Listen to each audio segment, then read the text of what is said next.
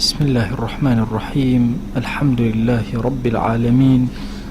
والصلاة والسلام على خير خلق الله محمد وعلى آله وأصحابه الكرام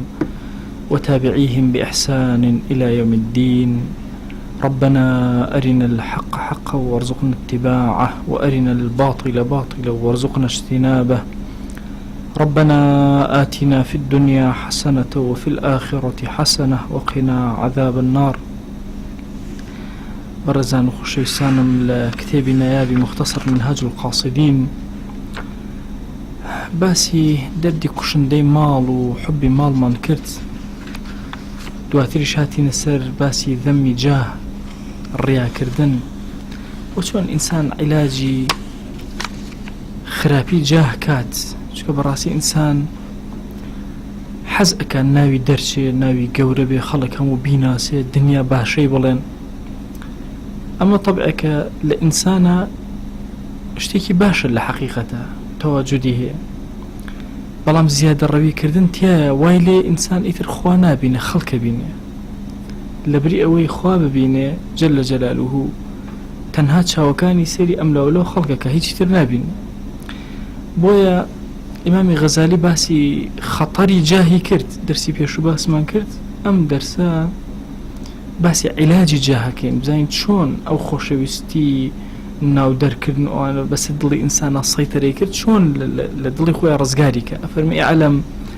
أن من غلب على قلبه حب الجاه بزانا أو كسيك ظالبو بسر دلي خوشويستي جاه وبلو منصوب هيا صار مقصورا على مراعاة الخلق. هميشة أو هاي هميشة مراعاة خلقك خوالا يادك شاوي هميشة خلق بينه هيك تر مشغوفا بالتردد إليهم. قد شغفها حبا شغف أكو برديك الناسق وهاي بسر دلوة أو برديك كنوبت أو الشغف حبا وايلي إنسان فكري ميشكي هميشة خلق سرم لي أدا سر لخلق بدم هموشتكي بيوسته بشي برازيكني دلي خلقه تنها بوشي بوي هيمنتي أم لدلي خلقها بمنته. والمراءة لهم إن جهند جار رياءك لبر خلق إتل النيوجيا لطاعتي لقسكرني لدركوتني لهموشتك مراءتك. ولا يزال في أقواله وأفعاله ملتفتا إلى ما يعظم منزلته عندهم. هميشة لقسكانيا لكردوكانيا هميشة سيري أو أكابزاني بتشي لدلي خلقها قورة أبي حتى بيتشواني ديني جبيك قرنيا بلا مهم لا يخلق بشتكي باش باسكري. وذلك بذر النفاق أو توي النفاق سرتاي توي النفاق لإنسان دروسه تولدو إنسان دواء وبرو النفاق وخوا بنامان با شو سرتاي النفاق ألو دس بيك أم كسا جاهي خوي زور خوشه ناوبانجي خوي زور خوشه إتر لبيناوي ناوبانجك أيوة بس خلق لي راضي بي وخلق برانبري قصنكاو زور هولي أو أداء إتر وردو دخواي لبير أسيتو. طبعا منافقش أوي كمراءاتي خلق كاتو أقايل خدي ضليني أصلي فساد ليرا ودس بيك الإنسان، لأن كل من طلب المنزلة في قلوب الناس اضطر أن ينافقهم بإظهار ما هو خال عنه. أو كسيكويستي منزلي قورب لدلي خلقا مجبور أبي بويك منافقي بكا بو خلق نفاق بدرب ريبو خلق شتانك وهالي بكا وابشان بداك هيتي ونشيبه إتر لهو الرويكو أو حالتك زور خطرة. يعني خوي بعفيفة زاني عفيفي جني خوي بحلال خور زاني حلال خورني بزور وأكل لبيش شاوي خلق. طبعا جارك باسي الرياء ما انكرت يعني خطري الرياء كغزالي رضا ورحمتي خوالي اللي بيأفرمي أو كسيك أقر بيت وعباتكاني هربكات بلام هم دجال لبيش شاوي خلق توزي جوان كاريكي زياتر كأفرمي أصل النفاقيني أصل النفاق كامية أويا كان نيتي اشتكي نية بلام لبيش شاوي خلق محاولة أكابيكا شون بنمونة مثلا كابرا نجي سنتي نية أبد كشي أزاني لشوينك مثلا أبيت معي رزامندي خلق أشياء نجي سنتك اللي يجب جيك أي لدوايا قتنايك أو أكاتي أصل النفاق وأصل فساد لإنسان كواخوي بشان دا کە کەسێکی زۆر ساڵح و زۆر چاک هەموو کردەوە ساڵحەکانی دەبەرەوەی سێرەکەی لێرە ئەبەخشێ لە بەرەوەی کە خەڵک لە خۆی ڕازیکە بەڵام حەقیقەتی خۆی بەخشندەی نییە ئەوکوە لە جەرگی بێتە دەرەوە تەنها بۆ ناو و شۆرەت و بلەو پای و مەنسەب و ئەوان ويجر ذلك إلى المراءة بالعبادات واقتحام المحظورات للتوصل إلى اقتناص القلوب أهو ويلي أكاك أصلا بعبادتك أن الرياءك تنها أو أكا خلق في بزان أصلا هندي قناها هي حريونا داتي شون ها كسك اقتحام جيشك ليرة وساوة كسي بتاقي تنا بلاماريا جيشك كنك كأنما ديوارك يكون كردوس وجيشه بقوة يا وساوة الرقعة قناها كان اقتحامي كاتشتنا وقناها كان وتنهابوي ضلي خلق شونك يبقى قناص داني شيء ذا لضلي اقتناص اللي كرنوي ضلي خلقه بدا سيناي ضلي خلق ولذلك شبه الرسول صلى الله عليه وآله وسلم حب المال والشرف وإفسادهما للدين بذئبين ضاريين أرسل في غنم بويا بيغمريان صلى الله عليه وسلم لفرمايشتيا كما كعرز مكردن درسي بيشو أفرمي أجر دو قرك بناو بلايك يا بابلين مجموعيك لمرة شون مليان أشيان بمدي ودو هم خسارة كان أفرمي هشتا أم دوشتا لناو دينا خرابتر بدين أكن يعني بين بيرشاي وخود دين بريتيا لمرة كان أم دو صفة خوشويستي مال لقل خوشويستي جاهو منصب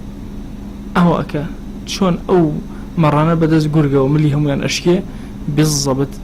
أمانيش بهمان شواس دين ملي أشياء بدز أم دوشتا أفرمي فحب الجاه إذا من المهلكات كابو حب جاه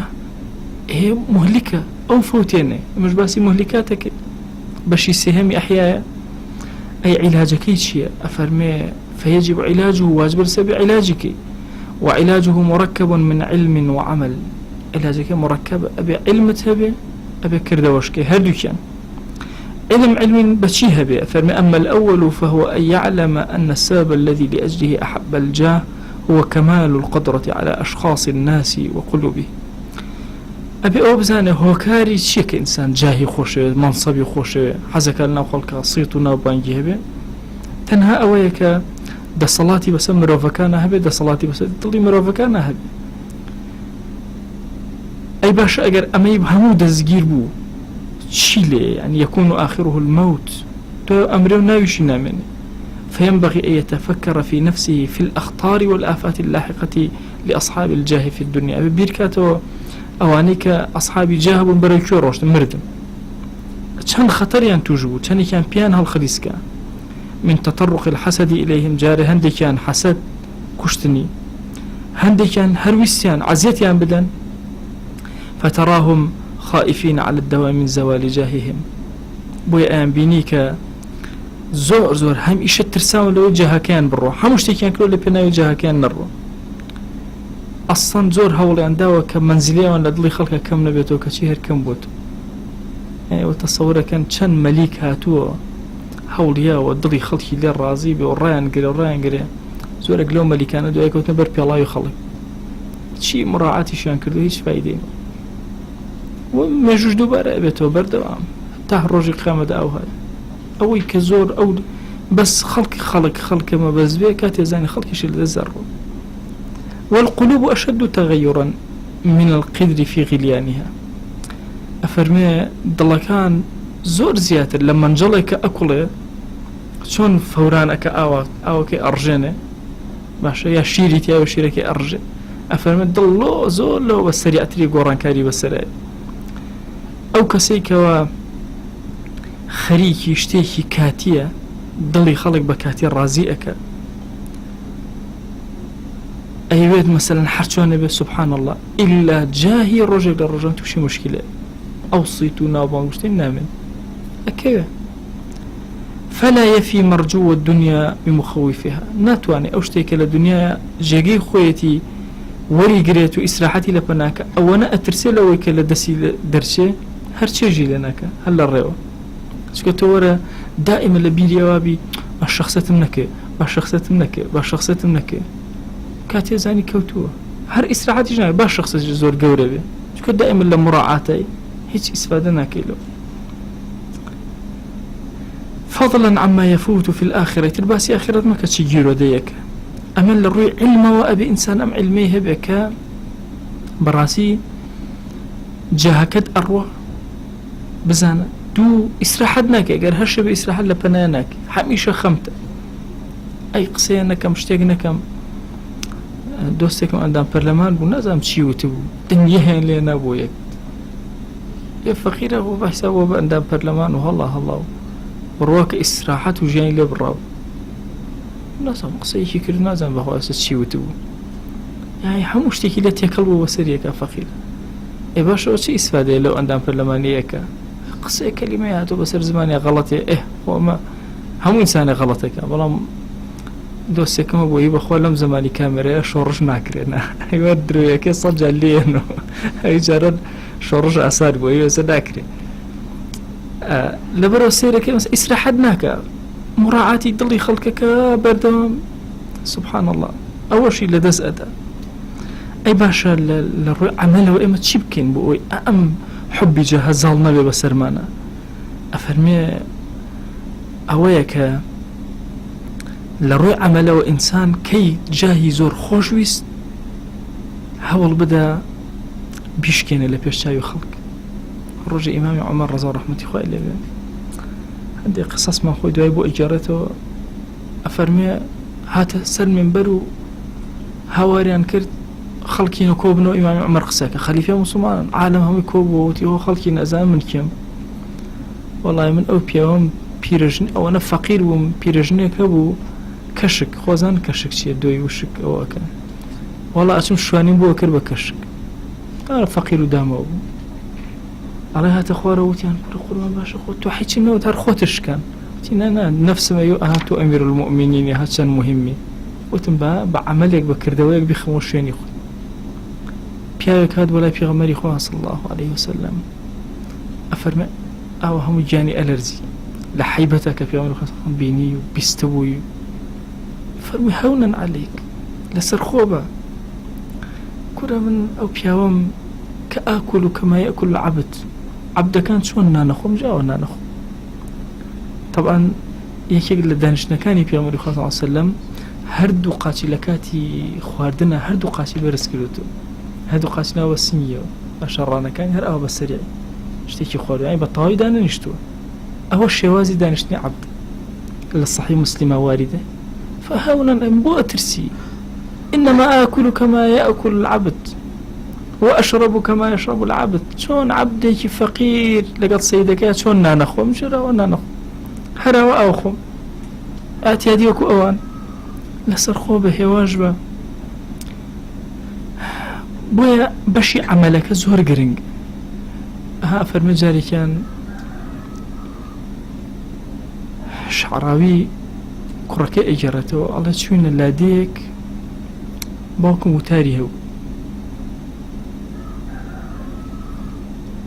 الله كاتك منزاني أولا خلق روي كرد أو شوينا الله مكابري تريان هنا جاد عام كان جيرا الله وايلي هات حموش شار خاموش كس نيتواني تحركا لبر خلقي زور لمن لوكا هاتون دانشتبون الله منش زور بيان خوش بك مو خلقاتو بلاي باوكم أو بو شوازا الله إيوار الذي يشتر دعوة بون الله خفاء لدسي خلق الرزقار ما الرزقار من نأو أول خلق بلا مريان أدا وإذا سيباكم ماتش كانوا أنا الله كروشتين بخاون مالك وتي من دعاء عشاء بي طبيعة مأوايا بيني إيوارب وعشاء ناخو الله واجنب طبيعتي باوكم الله عجائب لهذا وتي توب شو دعاء عشاء خومانين الله وتي من لخزان وتي أنا توب شو هقى بسر إيمون الله كروشتم الله سيرة كام کابرا ڕۆشت و بەجێ هێشتین ئەڵێ باوکم قۆڵی هەڵکرد و مێزەرەکەی لابرد و دەست کرد بە ئەو دەستشۆردنی وزگرت وتی باوکە با من وتی نانە تو هەقل ڕۆڵ نەفسم زۆر هەستی بە عەزەمەتە کرد کاتێ ئەو هەموو خەڵکە هاتوو مەکە با بیشکێنم بیخەمەوە شوێنی خۆ وەیە لە حوبی جاها ئیلا کردەوە ڕاکی ئەکاتەوە ئەخاتەوە شوێنی خۆ ئەو هەیبەت و هەیمەنەت و خۆ بەشت زانی تۆ چیت تا خۆت بەشت بزانی ئەهێنێتەوە شوێنی خۆی بۆی ئەفەرمێ علاج عمليك أويا أفعالك وملا كردواب كات كوا إسقاط جاهك يخوي بكالي بيشاي وخلق أو يكدلي بيخوش. كما روي أن بعض الملوك قصد زيارة رجل زاهد فلما قرب منه استدعى طعاما وبقلا ولبنا. الله شكل ملك كان الرواية كراوة بيأيك الزاهد هو بشاخك وبزنان الرقي أخوال شل الروج الرجي دنك ميوجا دنك خرما أخوال. الله وتيان ملك سردان أكا الله وتي آبا بلا راكن خواردن بو بينن هنه باخله بينن هنه شير بينن داينن الله كاتك هابا بلا أي خوارد الله إنجا أول لقمة كاني قورة أكردو أي خوارد الله كان ملك سيري كوتيان بيا زي هلا بيش شاي كوت بجي هشت الله باشا بوسي أمت كردو وانا تنا بيا يكي زاهدي داما ولو شاو ملك بيا بولاي ضلم زوري بيا خوجو نا با بشاني بدم كهيج نيتو ولا بيش شاي خلا بكوم شيخو مهم لا يخوا قورو.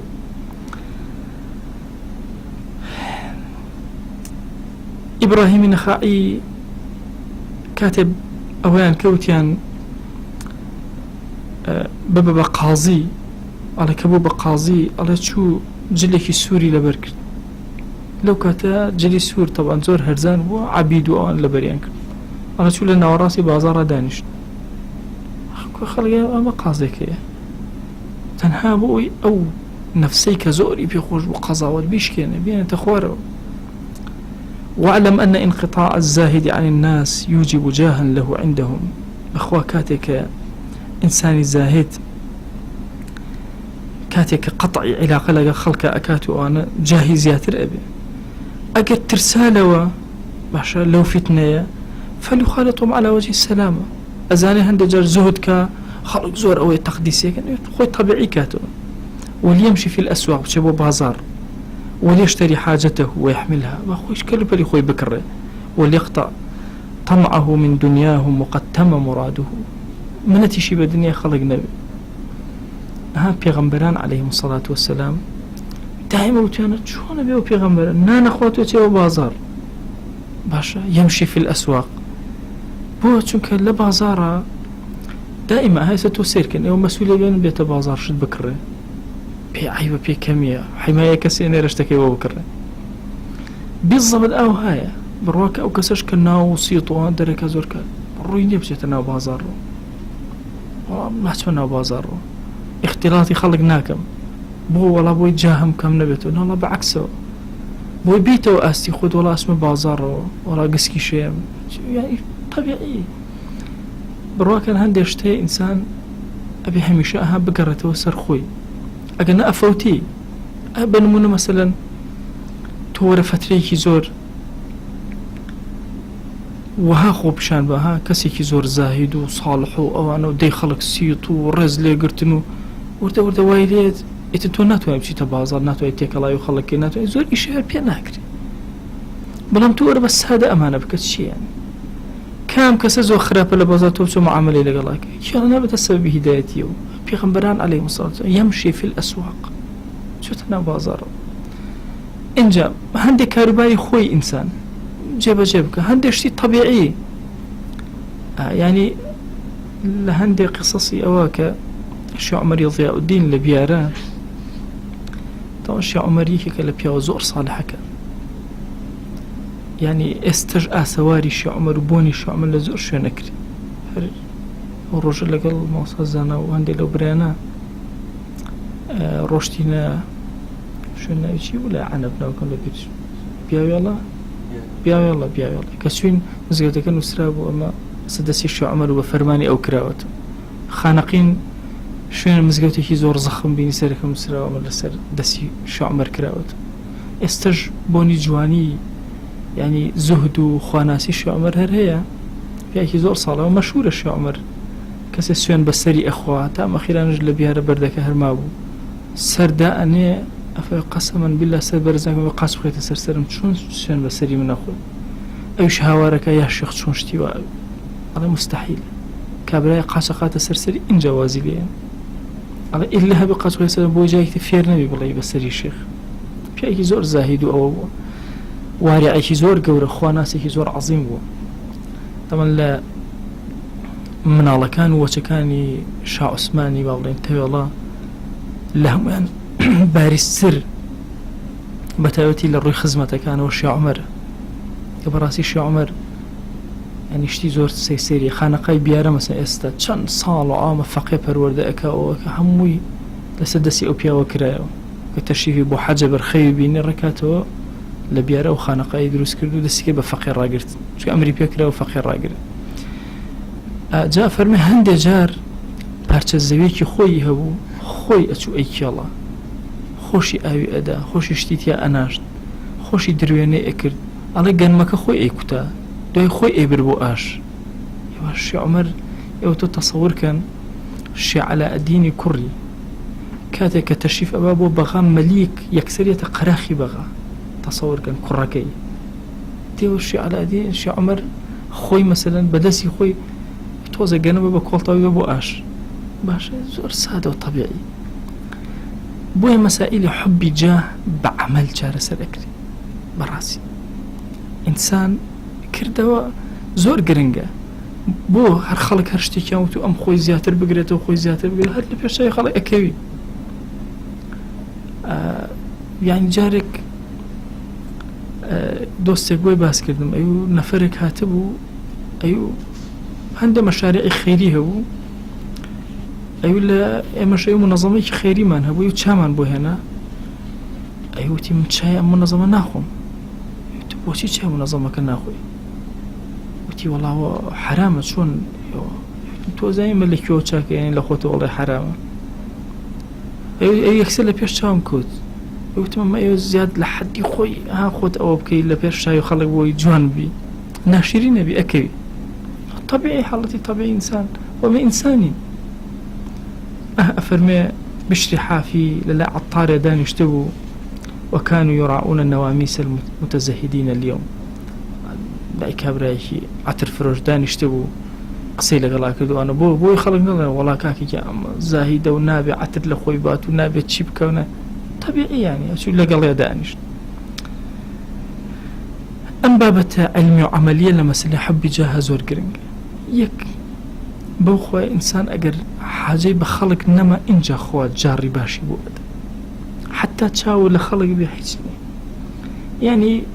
باشا لبيش تشاوي هم خلق تو جوان بي لبيش تشاوي خوا ناشين بي تشي يعني وتصورك يشتي باشا كردو تشيو كردو نا والله لبيش تشاوي خلق همون ناشرين هر زور ناشين بس لا خوارتو برز بي زين چند قوري چيت يا إنسان همو خلقي باسي كا بخرابة بس أو بيني لقل خوا زور باج هر با خلقي بخرابة باسي زين چند قوري والله جاري واي إنسان خوا رحمي بيئك كناي بخرابة رولنا خلق بخوا خوا رحمي بيئك يان ناوي زور قوري إلا برسقوطك شي يعني أنا نعمتك شون خوا دسيكي بيداي لا تسنيته جاهيشي بيداي لا تسنيته بوي أبي إنسان زور طبيعي سيري جاه ومناصب أو أنا بكا طبيعي ببلايو خويا جان تودات الحمد لله قبول ما تولد سنمو الحمد لله قبول هردو حالتك نبي التغيير بس عادات وعبادات يا بيت بياو قورا كان هل التابعين وأولياء كاتك سيري حياتي أنا كي سيرك سبحان الله أو كاتك خلق زور بقورا باسي كردون هروكو خوانون كخلق زور بيرس سيري كردون هروكو خوانون نمان إمام بخاري زي إمام بخاري كاتك وات شو برا بخارا أو تصورك كان كزل بخارا نما حموي هتقراخي بخارا وبخيراتني إمام بخاري دعائي أميري أو منطقة رقي لإمام بخاري خلق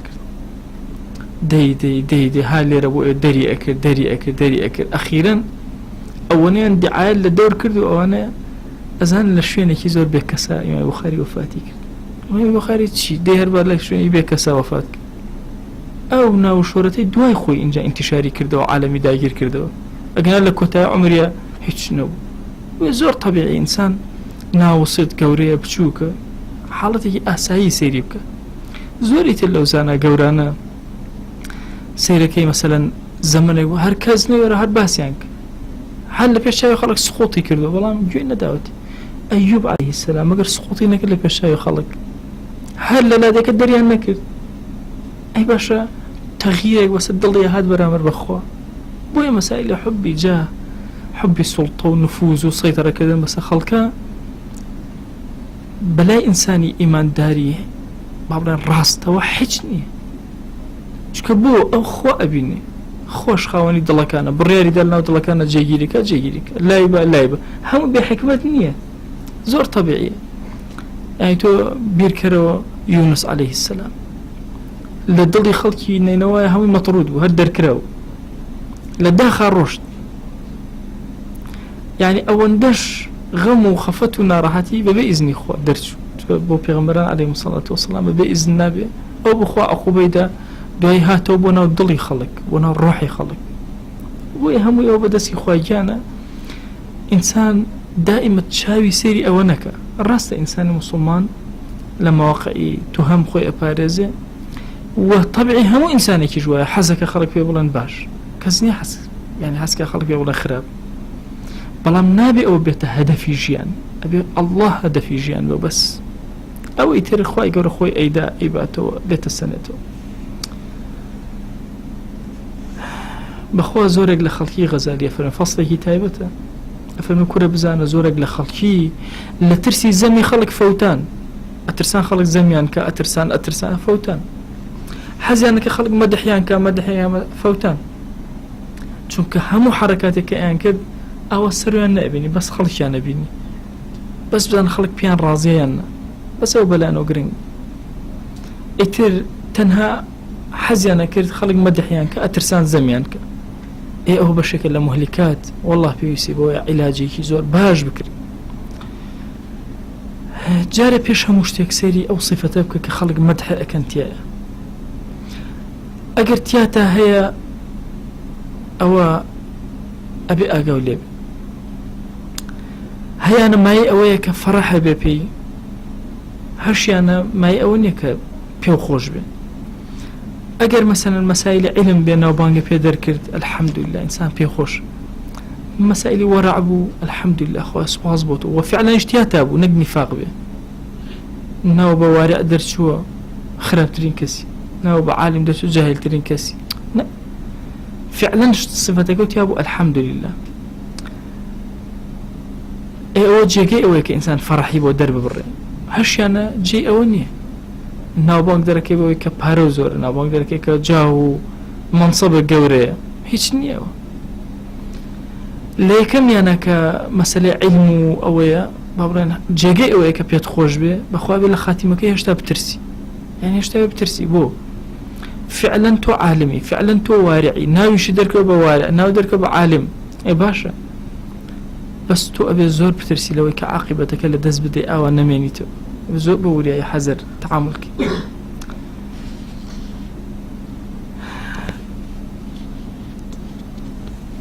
ئەفەرمێ هەمیشە فەرحەکانتان بگۆڕن بە فەرحی فەزڵی خوا، کە مەسەلەن خوا عیلمی پێداوی خەڵکیش ئەڵێن فڵانکە زۆر عالمە، سەیری زمانی خەڵک مەکە کە ئەڵێن عالمە، سەیری ئەڵڵاه بکە کە ئەو عیلمەی بە تۆ بەخشی، سوپاسی کە لەسەری ئەو ببینە کە کەسێک پێت ناڵێ ئەڵێ ئەلحەمدوللا مستەوایکی عیلمیت هەیە، بڵێ خوایە سوپاس بۆ تۆ، بەخوا ئەگەر تۆ نەبووی تا من ئەجهەل بوو. کەسێک پێ ناڵێت تۆ وارعی و پیاوێکی خوا ناسی، خوایە سوپاس بۆ تۆ، بەخوا ئەگەر تۆ نەبووی تا من خراپتری نەبوو. ئەلەو ڕێگایەوە ئینسانی موسڵمان ئەوە ئەکە. ئەفەرمێ قسمی دووهەم کە بریتێ لە جاه و ماڵ کە فەرەحتیایە زۆر خەتەر، ئەمە بزەبت وەکو چی وهایە، وەکو پوش وایە، پوش مدەتێ سەوزە و دوای زەردە بێ و هەوا لێ ئەدا و ئەیشکێنێ و نامێنێ، جوانیەکەی ئەڕوا چکە جا مەنسەب بۆمە بۆ کەس تا سەر نامێنێ، یعنی کێ زۆر لە ئاستێکی زۆر بەرزە و جاه و مەنسەبە هەر نامێنێ، هەر مدەتێک بڕەکە. بۆی ئینسان جۆرێک ماسە تاهیری بامۆکی قسەیەکی کرد، ئەیوه هەتا گەنجن و خوازبێنیتان زۆرە بچن بە دەمێ دوای کەس خوازبێنیتان ناکە. چۆن ماسە چۆن ئەی بەخوا مەلا تا گەنجە باشە جەماوەری هەیە، شعبێتی هەیە، خەڵکیان بەدەمی ئەچێ بەدەم خەڵکەوە، ئەی کوورەکە پیربوونی کە سەلامیشتان لێ ناکرد، دێ بڕۆ چوار ئیشی ڕەگبێ کرد بەدەم خەڵکەوە، قسەیەکی زۆر هەتا ئەو دەقەیە کە جاکەی سەوزە ئیشی پێ بکە، بە سەوزیش نەما طەبیعی بە بەلایەوە، چکە سوڕی ژیان ئەوە هەیە، بەرزە بیتەوە، نزمە بیتەوە، طەبیعیە. زۆر ئاساییە ڕۆژێک لە ڕۆژان فیتنەیە ڕوو بدە باشە هەر یەکێک لە ئێمە جاه و مەنسەب و پۆست و هەمووی لە دەست بدە بەس نایە بگۆڕێ با لە دەستی بدە ئەبێ پەیوەندی لەگەڵ خوایە بەهێزترکەم ئەمە زۆرمان هەبوون ئێستا لە کاروانی سەحەوەی ئیسلامی لە 90ەکانەوە سیرکەن لە 80ەکانەوە ئەزان چەند کەسە بوون جاهی گەوریان هەبوو دوای جاهیان لە دەستدا دوای دەرچوون بە شتێکی تر هەبوون نووسەری زۆر بە قووەتی ئیسلامی بوون کاتە جاه و حرمەتەکەیان لە ناو خەڵکە وردەوە دەنەما ئەوش دەستیان کرد بە شتی خراپ نووسین لە داخی خەڵک باشە چکە بۆ خۆیان نەبینی خەڵکیان نەبینی ئەویشیان لە دەستدا ئەویشی لە دەست هەردووک بۆ ئینسانە بێ زۆر دامەزراو بێ هەموو عالم بە خراپە باسەکە زەڕێ بە خەیاڵتان نێ تۆ بە سەیری سەرۆکە بزانە پەیوەندی لێوێ چۆنە هەموو عالم بە باشە باسیکردی زەڕێ بە خەیاڵتان نێ تۆ سەیری پەیوەندی سەرۆکە بزانە چۆن ئایا چۆنی لەگەڵ خوایە كيف حالك مع الله حاڵی تۆ لەگەڵ خوایە چۆنە دڵە چەند پێوەستەوە چەند هەمیشە بە خەمیت خوا لە خۆ ڕازیکی چەند هەمیشە بیری مردن لە زیهنتە ئەمانە گرنگە هەموو لەحظەیە لە ماڵەوە چوویتە دەرەوە چاوەڕێ ئەەکەی وڵای احتیمالە ئەم جارە نەگەڕێمەوە خۆم ئامادە کردو بۆی نەگەڕێمەوە ئەخەوم والله احتیمالە هەڵنەستم خۆم ئامادە کردو ئەمە گرنگە نەک ئەوەی سەیری خەڵکەم و بزانم چیم پێ ئەڵێن دەی خەڵک هەرچی ئەڵێ با بڵێ ئافاتی مەدەحمان لە ئافاتی لیسانە زۆر باس کردووە ئینسان نابێ زۆر مەیلی بۆ لە مەدحی خەڵک بڕوە چونکە زۆر کات لە مەسائلی مەدحا زیادە ڕەوی هەیە بۆیە سەلەفی ساڵح حڕقیان لەو کەسە بوو کە مەدحیان بکە ئەسڵەن یەکێ بیکرێ تووڕە ئەبوون لی یان مەدحمان مەکە اینجا ذەم کە ئینسان پێی ناخۆشە خەڵک زەمیکە لعلاج حبه وتودستك بضدكيتي والقول وجيز فيه أن ذلك إما أن يكون صادقا فيما قال قاصدا للنصح لك أو كسي كزمتك يا الرازقو يا راستك كزمناك يا راسك إباشك الرازقو بي تنبي توربي أبي خوت شاكي كزمتكن أبي خوت شاكي يان أو تشبوتك أو بهديها تشي عيبي خوتا بيتالتو أو هايتو زمناك هەبگەڕە بزانە وایە نییە خۆ احتیمالە قسەکەی تەواو بێ ئەم پیاوە پیاوێکی زۆر چاک بێ ئامۆژگاری تۆ بکە لێ قبوڵەکە ئەگەر حتا یعنی کابرا مەبەستیشی نوسح نەبوو هەرویسی بوشکێنێ وەڵا تۆ ئیسفادە ئەکەی لە قسەکەی ئەو هەندێک شتت پێ ئەڵێ تۆ نەتزانیەوە کە لە تۆیە هەیە ئەگەڕێ ئەیدۆزیتەوە ئەگەر سادقی بێ خوا جەزای باتەوە سادقیش نەبێ خوا جەزای باتەوە بۆ چونکە کۆمەڵە دەواازەی نوێی لە من کردەوە اینجا کۆمەڵی خەتایە و خراپەی خۆتی بۆ باس کردیتەوە کە لە بیرت چوو بوویەوە قەیچێکە هەڵم قەیچێکە خۆ ئەمە قابلە مەلائیکەتین خۆمان زانین چەند هەڵەکارین دوو هەڵەش خەڵک زانێتی باسیەکە دێ بە باسیکە قەیچێک ئەسڵەن لەوە ئەچێ بەهۆی ئەوە کە باسیەکە من ئیستیغفارێکی زیاتر کەم خوا دەرویکی خێرم بەهۆی زمانی یەکییانەوە لێ بکات ئەگەر هاتوو ئیفتراشی کرد بەسەر تۆیە و تۆ بەریء بووی لەو قسانە لە سێ ڕۆ سیرکە ئەگەر ئەو عیبەوتیان نییە هاوێنەی ئەوتیایە خوا لەوانی ترە شاردوی تۆ سوپاسی خواکە خوای من ئەوانە بۆ شاردوومەتەوە ئەمەی کە تیامانە دەرەخستۆ زۆر مەمنونم بەس نەدانێ لەوانەی کە بە حەقیقی تیامایە دەرنەکەوت خوا سوپاس دەکەم لەسەری زۆر سوپاسی بکە لەسەرەوە یان ئەوە تا هەر ئەسڵەن نە عیبی ترێ هەیە نە ئەمەشە هەیە کە ئەمە زۆر زەحمەتە ئینسان هەیبێ دەیەبێتە کەفارەتی گوناهەکان باشە هەندێک جار ئەمە ئەبێتە سەبی ئەوەی خوارڕقی لەو کەسە هەستێکە ئەم قسانە بەرامبەر بە تۆەکە بۆیە تۆ کە ئەگەر کەسێک خراپەی بەرامبەر وتی ئەبێ بە دڵ دوعای خێری بۆ بکەی خوا عەفویکە چونکە احتیمال ئەم کەسە تووشی غەزەبی خوا بێ بەهۆی ئەو کەلیمەی بەرامبەر بە تۆ ئێڵێ بۆی ئەولای خوا قەت ڕۆژێک لە ڕۆژان ئەگەر کەسێک قسەی بەرامبەر کردبن قەت داوای ئەویان لێ نەبێ خوا ئینتیقامیان لێ بکاتەوە ئیلا داوایان کردو خوا ڕەحم بەم کەسەک بەزەی خۆی بەسەریان بارێنە بۆ ئەگەر کەسێک هات خراپەی بەرامبەر کردی مەهماکان خراپێک تۆ لە سوژدا دوعای بۆ بکە خوایە ئەم عەبدە نازانێ ئەواکە خوای گیان ئەم عەبدە هاتوو هەڵەی بەرامبەر من کردو خوایە من عەفوی یەکەم تۆ عەفویکە یا ڕەب خوای من ساحیبی قەزەکەنی وا عەفوم کرد ئەی تۆ ئەکرەم الئەکرەمین عەفوی ناکەی ئەی تۆ بەزەی عەفوی ناکەی اینجا ئەبەم شێوازە ئەجرێکی زۆر گەورە دەستگیری تۆ ئەبێ بۆیە پیاوێک هات سەری ئیبراهیمی کوڕی ئەدهەمی شکان لێی داشکانی ئەمیش دوعای بکرد خوا لێی خۆش بە خوا لێی خۆش بە یا ڕەبی خۆی من بەهۆی ئەوە سەبرم کرد ئارامم کرد دوعام بۆ کرد ئەجرم دەستکەوت خوای ئەو بەهۆی منەوە عقوبە مەدە خوای عەفوی کە یا ڕەبی حکایەتیش لە حلمە زۆر و زەوەندەن کەوا پێشتر باسی کردن ئیمامی غەزالی کە ئینسان چەند حەلیم بێت چەند لەسەر خۆ گرنگ ئێمە لە بەردەم بابەتێکی خەتەرناکەین کە بابەتی جاهە خۆشەویستی جاه زیادە ڕەویکردن لە جاهە بینینی خەڵک و لە یادکردنی خوا ئەمەش بەڕاستی ئینسانی ئیماندار ئەمە شتێکە لە مهلیکات پێویستی بە چارەسەرێکی علمی عەمەلی هەیە هەوڵی بۆ بدە لەعەلە خوای گەورە دەرگاکانی خەیر بەسەری ئەکات خوای داوا لێ ئەکەین بە ناوی جوانت بە صیفەتی بەرزت بە ئیسمی عەظەمت خوای لە گوناهەکانمان ببوورە خوای داوا لێ ئەکەین لە گوناهە هیدایەک و باوکمان ببوورە یا ڕەبی خوای بەزەیی خۆت بەسەرمانە ببارێنە خوای گیان گوناهانێ بە ئاشکرا کردومانە عەفومان کە گوناهانێ بە پەنهان کردومانە عەفومان کە لە گوناهە گەورەکانمان ببوورە لە گوناهە بچووکەکانمان ببوورە بەزەیی خۆت بەسەرمانە ببارێنە یا ئەکرەم الئەکرەمین خوای داوای مەرحەمەتت لێ ئەکەین داوای بەزەی و عەفوت لێ ئەکەین یا ڕەب العالەمین یا ڕەبی خوای گیان هەر یەکێک لە ئێمە گوناهێکی کردووە شەرمەندەی بەردەم دیوانی تۆین خوای عەفومان کە